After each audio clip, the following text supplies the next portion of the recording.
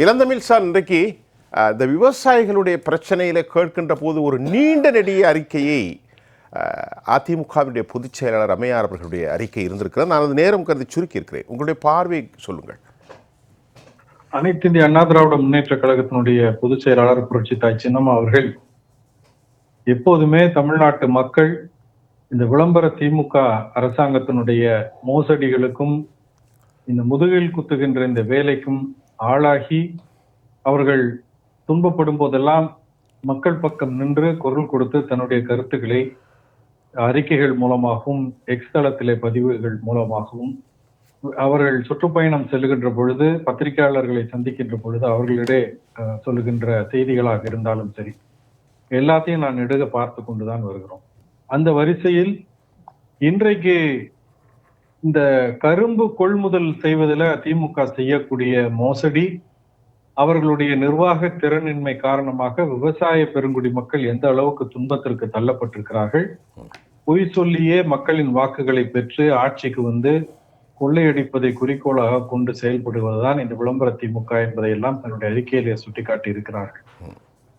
இதுல மிகவும் மனதை உலுக்கக்கூடிய ஒரு செய்தி என்ற, கடந்த சில வாரங்களுக்கு முன்னால இந்த பெஞ்சல் புயல்னால ஏற்பட்ட பாதிப்பு, இந்த கரும்புகளை எல்லாம் விளைந்து நின்று கொண்டிருந்த கரும்பு எல்லாம் சாய்த்தாலும் விவசாய பெருங்குடி மக்கள் கூடுதல் செலவை ஏற்றுக்கொண்டு அந்த கரும்புகளை எல்லாம் தூக்கி நிறுத்தி, எப்படியாவது இந்த அரசாங்கம் பொங்கல் பரிசு கொடுக்கும் பொழுது இதை கொள்முதல் செய்து கொள்ளும், நமக்கு ஒரு சின்ன விடிவு கிடைக்கும் என்ற நம்பிக்கையில் இருந்த விவசாய பெருங்குடி மக்களுடைய தலையில இடியாக இறக்கக்கூடிய செய்தி என்னவென்று கேட்டால், 6 அடி உயரம் உன்னுடைய கரும்பு இல்லை என்று சொல்லி கழித்து கட்டுகின்ற வேலையை இந்த திமுக அரசாங்கத்தினுடைய கூட்டுறவுத்துறை அதிகாரிகள் செய்கிறார்கள் என்பதை புரட்சி தாய் சின்னம்மா அவர்கள் தன்னுடைய அறிக்கையில குறிப்பிட்டிருக்காங்க.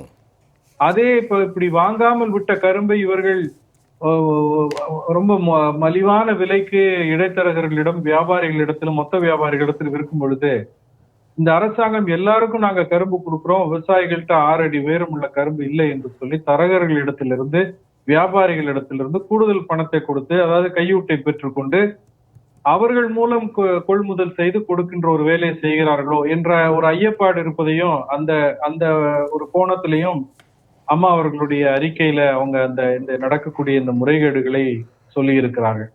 இது மட்டுமல்ல, திமுக தன்னுடைய தேர்தல் அறிக்கையில 75வது பாயிண்ட்ல என்ன சொல்லியிருக்காங்கன்னா, 2500 ரூபாய் இருக்கக்கூடிய இந்த மினிமம் சப்போர்ட் பிரைஸ், குறைந்தபட்ச ஆதார விலை, அதை நாங்க 4000 ரூபாயாக உயர்த்தி நிர்ணயித்து தருவோம் என்று சொல்லி இருக்கிறார்கள். தொடர்ந்து அதை பற்றி எந்த பேச்சையும் பேசாமல் அதற்கு வாய்ப்பில்லை என்பதை போல் தட்டி கழித்து கொண்டு மத்திய அரசாங்கம் தரக்கூடிய ஒரு 215 ரூபாய் இன்சென்டிவ் பிரைஸ், ஊக்கத்தொகையாக கொடுக்கக்கூடிய அந்த விலையை சேர்த்து கொடுத்து, எப்படி பார்த்தாலும் ஒரு 800 ரூபாயிலிருந்து 900 ரூபாய் குறைவாக இவர்கள் ஒப்புக்கொண்டது 4000க்கு கீழே தான் ரொம்ப மோசமான விலையைத்தான் கொடுக்கிறார்கள்.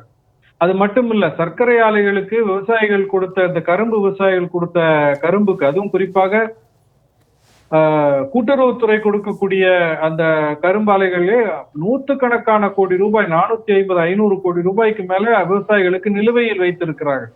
இது எதையுமே அரசு கவனம் செலுத்தாமல், இதை பற்றி எல்லாம் கவலைப்படாமல், வெற்று விளம்பரங்களுக்கும் ஊதாரித்தனமான செலவினங்களுக்கும், கார் பந்தயத்திற்கும், விழாக்கள் எடுப்பதற்கும், இன்னும் பேனா சிலை அமைப்பதற்கும் என்று இந்த நிதியை ஊதாரித்தனமாக செலவு செய்து கொண்டு புரட்சி தாய் சின்னம்மா அவர்கள் குறிப்பிடுவதை போல 10 லட்சம் கோடி ரூபாய்க்கு கடனை உயர்த்தி கொண்டு போகிற அளவிற்கு இவர்கள் செய்கிறார்களே, இந்த மக்களுக்கு பொங்கல் பரிசுல கொடுக்கக்கூடிய அந்த உலர் திராட்சை, மற்ற முந்திரி பருப்பு போன்ற ஏலக்காய் போன்ற பொருட்களை கொடுக்கவில்லை.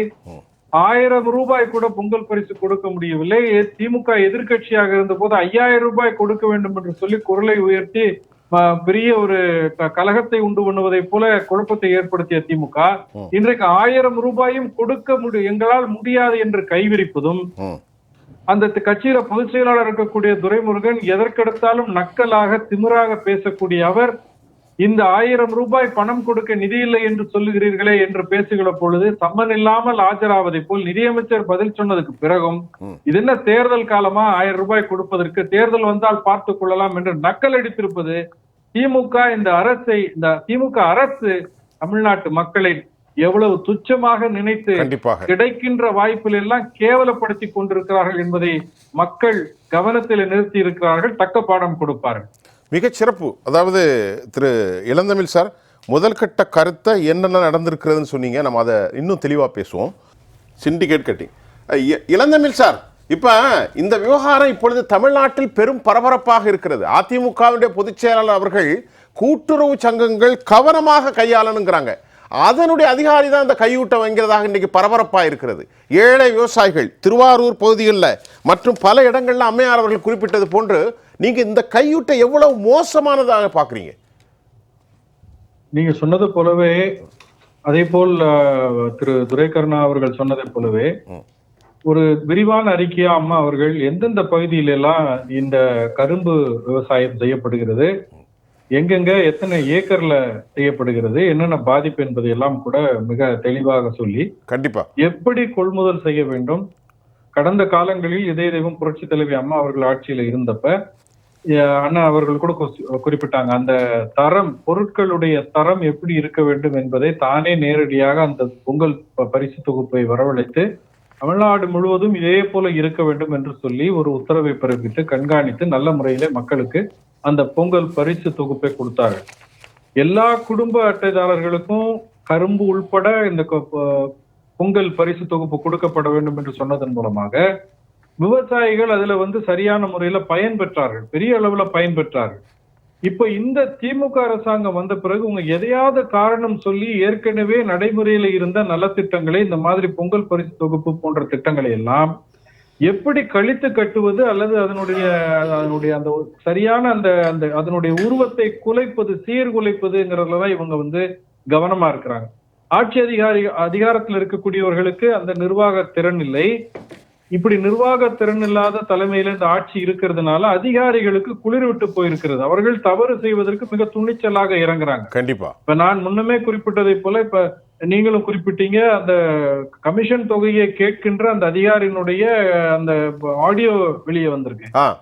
இவர்கள் என்ன செய்கிறார்கள் என்றால், இரண்டு பக்கமும் லாபம் பார்ப்பதற்கு முயற்சி செய்கிறார்கள் கூட்டுறவுத்துறை அதிகாரிகள் என்றுதான் நாம் குற்றம் சாட்ட வேண்டியிருக்கிறது. ஏன்னு சொன்னா, 6 அடி உயரம் இல்லை என்று சொல்லி கரும்பை அது கன போதாது என்று பல்வேறு காரணங்களை சொல்லி கழித்து கட்டுவதன் மூலம் விவசாயிகள் அதை வந்த விலைக்கு கொடுக்க வேண்டிய ஒரு நெருக்கடிக்கு தள்ளப்படுறாங்க. அப்ப அந்த இடைத்தரகர்கள் அந்த வியாபாரிகள்கிட்ட போய் திரும்ப கூட்டுறவுத்துறை கொள்முதல் செய்யுது.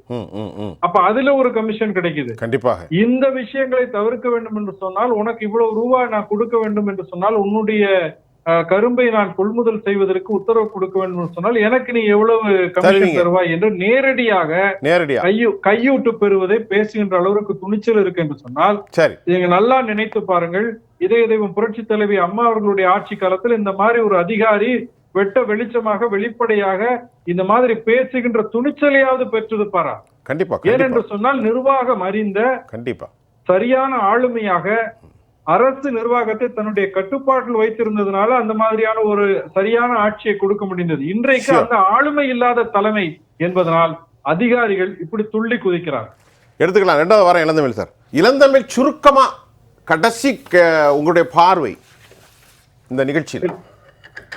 ஆடத் தெரியாத நாட்டிய கலைஞர் மேடையை குற்றம் சொன்னதை போல முற்று முழுதாக நிர்வாகத்திறன் எதுவுமே இல்லாமல் வெறும் விளம்பரம், போட்டோ ஷூட் ஆகியவற்றை மாத்திரமே நம்பி சமூக வலைதளங்களில் திமுகவினுடைய அந்த ஐடி விங் மீண்டும் மீண்டும் பதிவிடக்கூடிய அந்த விளம்பர, அதாவது புகழ் பாடக்கூடிய பதிவுகளை பார்த்தே இந்த கையாலாகாத திமுகவினுடைய விளம்பர திமுக அரசு, மு.க. ஸ்டாலின் தலைமையில் இருக்கக்கூடிய அரசு தனக்கு தானே முதுகில தட்டி கொடுத்து கொண்டு காசை விட்டெறிந்தால் இந்த மக்களை விலைக்கு வாங்கி விடலாம் என்று மக்களை கேவலமாக நினைக்கின்ற அந்த காரணத்தினால்தான் கடந்த ஆண்டுகளில் எல்லாம் புழுத்து போன அரிசியும் உருகி ஓடக்கூடிய தரந்தாழ்ந்த வெள்ளத்தையும் கொடுத்து மக்களை வஞ்சித்தது மட்டுமில்லாமல் அதை கொள்முதல்ல இருக்கக்கூடிய அந்த பொருளை விளைவிக்கக்கூடிய விவசாயிகளை துச்சமென மதித்து அந்த தூக்கி எறிகின்ற ஒரு மனப்பான்மை, இப்படியெல்லாம் தொடர்ந்து மக்களை வஞ்சித்துக் கொண்டிருக்கக்கூடிய இந்த திமுக 2026 வீட்டுக்கு போவது உறுதி. அண்ணன் துரைக்கருணா அவர்கள் குறிப்பிட்டதை போல எதிரணியிலே இருக்கக்கூடிய கட்சிகள் குறிப்பாக அனைத்து இந்திய அண்ணா திராவிட முன்னேற்ற கழகம் தன்னுடைய நிலையை வலிமைப்படுத்தி நிலைநிறுத்திக் கொள்ள வேண்டிய அந்த காலகட்டம் நெருங்கி விட்டது, கனிந்து விட்டது. இது ஒருங்கிணைப்பு, ஒன்றிணைவு என்கின்ற பெயரில் கண்டிப்பாக கழகத்தின் பொதுச் செயலாளர் புரட்சி தாய் சின்னம்மா அவர்கள் எடுத்த முயற்சி நிச்சயம் வெற்றி பெறும். கழகத்தை ஒன்றிணைப்பார்கள், கழகத்தை ஆட்சி கட்டிலே அமர்த்துவார்கள். இதய தெய்வம் புரட்சி தலைவி அம்மா அவர்களுடைய ஆட்சி அமையப்போவது உறுதி. அதற்கான பணிகளை புரட்சி தாய் சின்னம்மா அவர்கள் வெற்றிகரமாக செய்து வருகிறார் என்பது என்னுடைய நிறைவான கருத்து.